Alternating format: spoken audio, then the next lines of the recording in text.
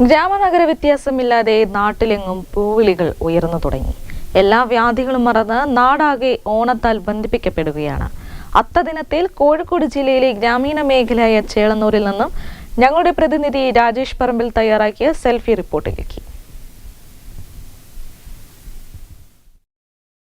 അഭിരാമി, തീർച്ചയായും അഭിരാമി സൂചിപ്പിച്ച തന്നെ ഓണാഘോഷത്തിന് തുടക്കമായിരിക്കുന്നു. ഇന്ന് അത്തം നാളാണ്. ഒരു പ്രത്യേകത നമ്മൾ ഇന്നത്തെ ന്യൂസ് നൈറ്റിൽ പറഞ്ഞിരുന്നു. 2 തിരുവോണം 2 അത്തവും കൂടിയാണ് ഈ തവണത്തെ ഒരു പ്രത്യേകത. കാരണം ചില നാഴികളെ വ്യത്യാസം, പഴയ ആളുകളെ കണക്കൊക്കെയാണ്. ഞാനിപ്പോൾ ഉള്ളത് ചേളന്നൂർ ഗ്രാമപഞ്ചായത്തിലാണ്. ചേളന്നൂർ ഗ്രാമപഞ്ചായത്തിൽ എൻ്റെ സുഹൃത്തു കൂടിയായ PP നൗഷീർ ആ പ്രസിഡന്റ് വാർഡിലാണ്. അവിടെ നമ്മളെ നാട്ടുമ്പുറത്തു നിന്നുള്ള ഓണത്തിൻ്റെ ഒരു വിശേഷം എടുക്കാന്നുള്ളൊരു ഭാഗമായിട്ട് എത്തിയിട്ടുള്ളത്. ഇവിടെ നല്ലൊരു കാഴ്ച കണ്ടല്ലോ. നാട്ടുകാരുടെ മുഖത്ത് ഒരു പുഞ്ചിരിയുണ്ട്, ഒപ്പം തന്നെ പൂക്കൾ ചിരിച്ചു നിൽക്കുന്ന. ഇത് ഗ്രാമീണ മേഖലയിൽ അമ്പലപ്പാട് എന്ന് പറയുന്ന ഗ്രാമീണ മേഖലയിൽ ഒരു പൂക്കൃഷി നടത്തിയാണ് ഗ്രാമപഞ്ചായത്തിൻ്റെ നേതൃത്വത്തിൽ. അപ്പം അതിൻ്റെ വിളവെടുപ്പ് നടക്കുകയാണ്. കൃഷി ഓഫീസറുണ്ട്, നാട്ടുകാരുണ്ട്. ഒപ്പം ഇവിടുത്തെ ഏറ്റവും ഒരു പ്രത്യേകത ഈ നാടിൻ്റെ ഒരു കൂട്ടായ്മയാണ്. എല്ലാ കാര്യത്തിലും വിജയിപ്പിക്കാൻ വേണ്ടി ചേളന്നൂർ ഗ്രാമപഞ്ചായത്ത് നടത്തുന്ന ഒരു ഇടപെടൽ നമ്മൾ മുമ്പും വാർത്തയാക്കണം. ഇലക്ഷൻ സമയത്ത് നമ്മൾ ഈ ഗ്രാമത്തിലൊരു ഒരു നൈർമല്യം വാർത്തയാക്കിയതാണ് ഗംഗാരേട്ടനാണ് അല്ലേ. അപ്പോൾ ആ സന്തോഷം, നമ്മളൊരു പ്രായമുള്ള ആളെ അത്തൊക്കെ ആണല്ലോ. ഗംഗാരേട്ടൻ പറഞ്ഞോളൂ, എന്താണ് നിങ്ങളുടെ നാട്ടിലെ ഓണത്തിൻ്റെ വിശേഷങ്ങളൊക്കെ? ഓണം ഇന്ന് തുടങ്ങാനില്ല അത്തം, അതായത് ഇന്നലെ തന്നെയുണ്ട്. എങ്കിലും ഇന്ന് കുറച്ചേ ഉള്ളൂ. എങ്കിലും അതിനെപ്പറ്റി ചെറിയ വാക്ക് പറയുകയാണ്. ഓണത്തിന് അത്തം മുതൽക്കാണെങ്കിൽ വേണം കളമ്പൂക്കളാലൊന്നുവേറെ കേണാർന്നതിനായി ശ്രമിക്കും കിഴാങ്ങൾ കോണപ്പുടയ്ക്കൊണ്ടു പൂർണ്ണാവകാശം എന്ന് പറഞ്ഞിട്ടുണ്ട്. അപ്പോൾ ആ ഓണത്തിന് അത്തം മുതൽക്ക് വേണം പല വിധത്തിലുള്ള ഡിസൈൻ വെച്ചിട്ടുള്ള പൂക്കളുണ്ടാക്കാൻ. എന്നിട്ട് ജനങ്ങളെ സന്തോഷിക്കുക, എന്നിട്ട് അതിനെ അലങ്കരിച്ചിട്ട് ആഘോഷിക്കുക.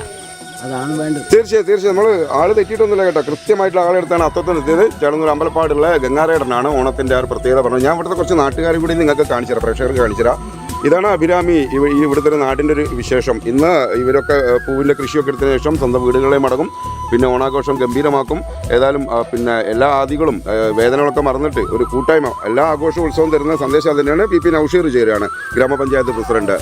നൗഷീർ ഭായ്, നിങ്ങൾ വളരെ മിടുക്കനാണ്. ഒപ്പം തന്നെ ഒരു കൂട്ടായ്മ സംഘടിപ്പിക്കുന്നതിൽ അതീവ മിടുക്കനാണ്. അപ്പോൾ ഇവിടുത്തെ ഈ നാട്ടിലെ ഈ പൂക്കൃഷിയെ കുറിച്ച് വളരെ ചുരുക്കി എത്ര വാർഡുകളിൽ എത്ര ഇടങ്ങളിൽ പറഞ്ഞോളൂ.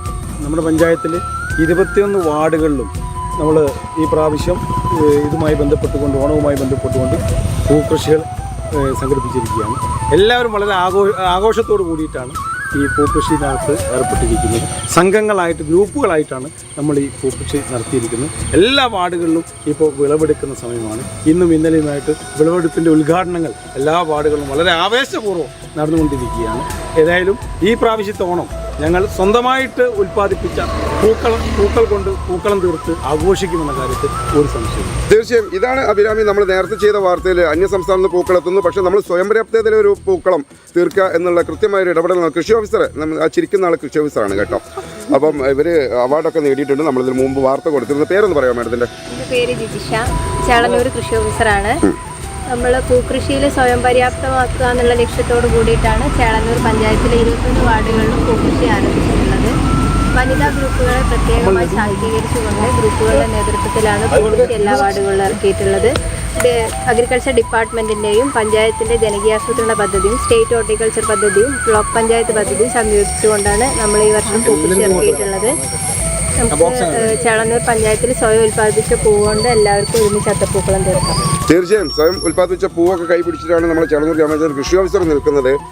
നാട്ടുകാരുണ്ട്, നാട്ടുകാർക്ക് കൂടി ഒരു വിശേഷത്തിലേക്ക് പോയിട്ട് നമുക്ക് ഈ ഒരു അത്തത്തിൻ്റെ ആഘോഷങ്ങളെ ഇവിടെ നാട്ടുകാരുടെ വിശേഷം കൂടി അറിഞ്ഞതിന് ശേഷം നമുക്ക് വൈകിട്ട് പോയി അഭിരാമി പറഞ്ഞോളൂ, നിങ്ങളുടെ നാട്ടിലെ ആഘോഷം ഓണാഘോഷം ആഘോഷങ്ങൾ നടക്കുന്നുണ്ട്. എവിടെ എത്തി? അത്തം തുടങ്ങിയിട്ടേ ഉള്ളൂ. ഇനി 14-15 ഓണം.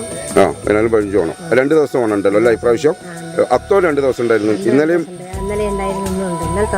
അത് നിങ്ങളൊരു കാലഘട്ടത്തിൽ ആദ്യമായിട്ടാണ് അങ്ങനെ 2 തിരുവോണം 2 അത്തം വരുന്നത്?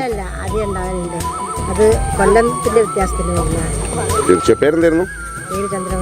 അപ്പം അമ്പലപ്പാട് നിന്ന് ചന്ദ്രമതി ചേച്ചി കൂടി എനിക്കെന്നാ കഴിഞ്ഞിട്ടും കൊണ്ട് പോകുന്നത്. ഈ സ്ഥലത്തിന് എന്തായിരുന്നു പറയാം?